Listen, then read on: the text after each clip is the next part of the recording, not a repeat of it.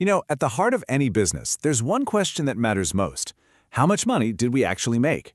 But believe it or not, the answer to that question is way more complicated than it sounds. In fact, the rulebook for how companies report their revenue has just been completely rewritten. And getting a handle on it is absolutely key to understanding a company's real health.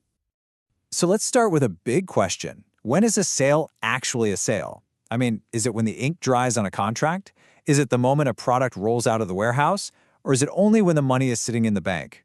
Well, the official answer has changed, and it's a huge deal for how we judge a company's performance.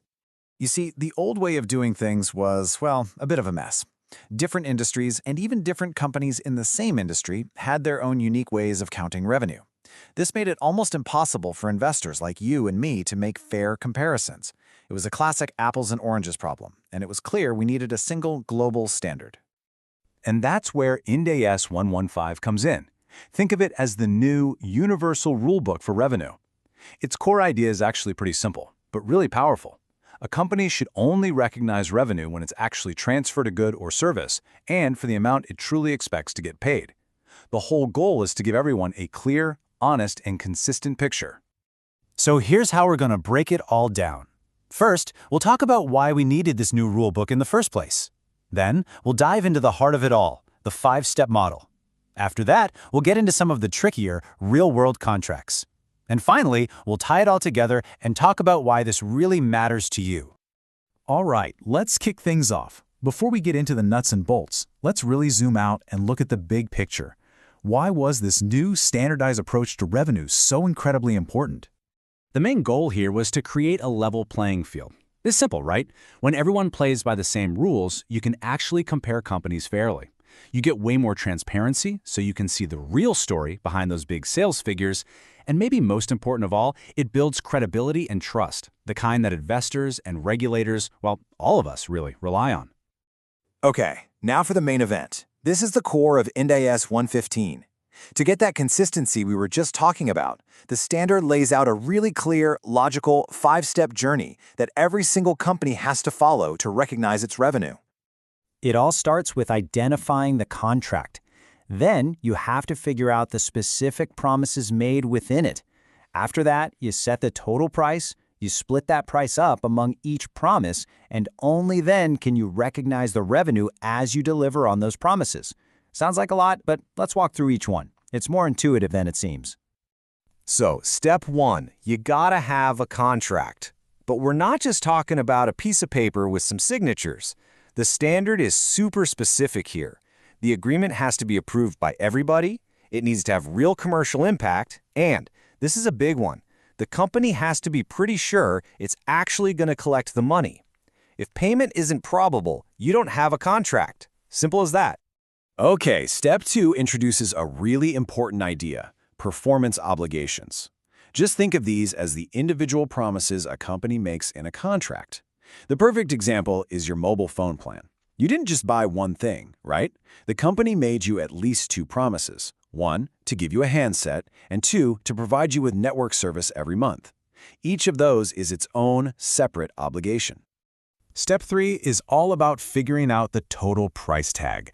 Now, this isn't always some fixed number. It's the amount the company expects to get in the end. And that means they have to think about things like discounts or rebates or maybe performance bonuses.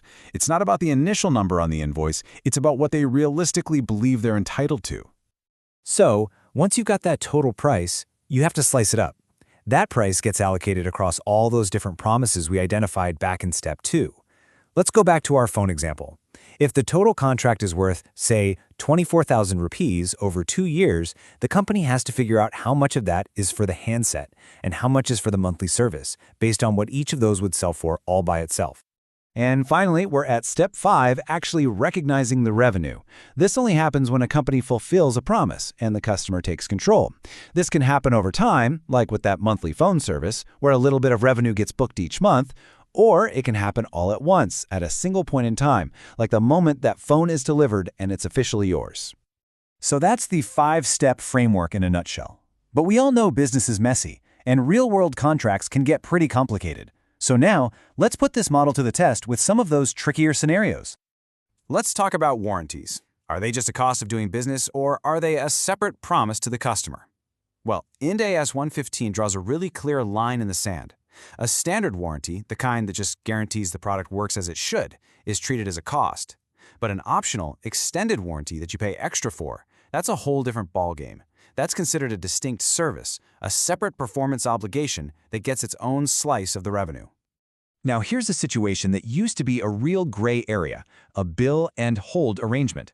This is where a company bills a customer for a product, but for some reason holds onto it for them. The big question is, can the seller recognize revenue even though the product hasn't even been shipped yet? The answer is yes, but, and this is a huge but, the rules are now incredibly strict. This is because, historically, this was a classic loophole companies used to puff up their sales numbers. Now, to recognize that revenue, the customer has to have requested it for a good reason, the product must be clearly identified as theirs, it has to be ready to ship, and the seller can't touch it or sell it to anyone else. It all comes down to one thing: proving the customer, not the seller, is truly in control of that product. Another tricky area is consignments. You see this a lot when a company sends its products to a distributor or a dealer. The key question is always the same: who has control? If the original company still controls the product until it's sold to the final customer, if they can demand it back, and if the dealer doesn't have to pay for it until it's sold, then it's a consignment. And that means revenue is only recognized when that final customer buys it, not a moment sooner. Okay, we've gone through the rules, we've looked at some complex examples. Let's bring it all home. Let's talk about why all of this really matters, especially if you're not an accountant. So what's the big takeaway here? At the end of the day, IND AS 115 just makes for a clearer financial world. It helps you make smarter decisions because you can see if a company's growth is actually sustainable. It builds investor confidence because you can finally compare a software company to a car manufacturer and know you're looking at the same kind of numbers. And it gives you the power to look past the hype and ask the right questions about how and when a company is really earning its cash. And really, this quote from the guidance material just says it all perfectly. Meaningful and transparent reporting establishes credibility. It's the absolute foundation of trust between a company and its investors. And this standard is a massive step forward in making that foundation stronger. So, I'll leave you with this thought. The next time you see a company's big revenue announcement, you'll know that number isn't just a number. It's the end of a very specific 5-step journey. And now you know what questions to ask to get the real story behind it. Thanks for tuning in.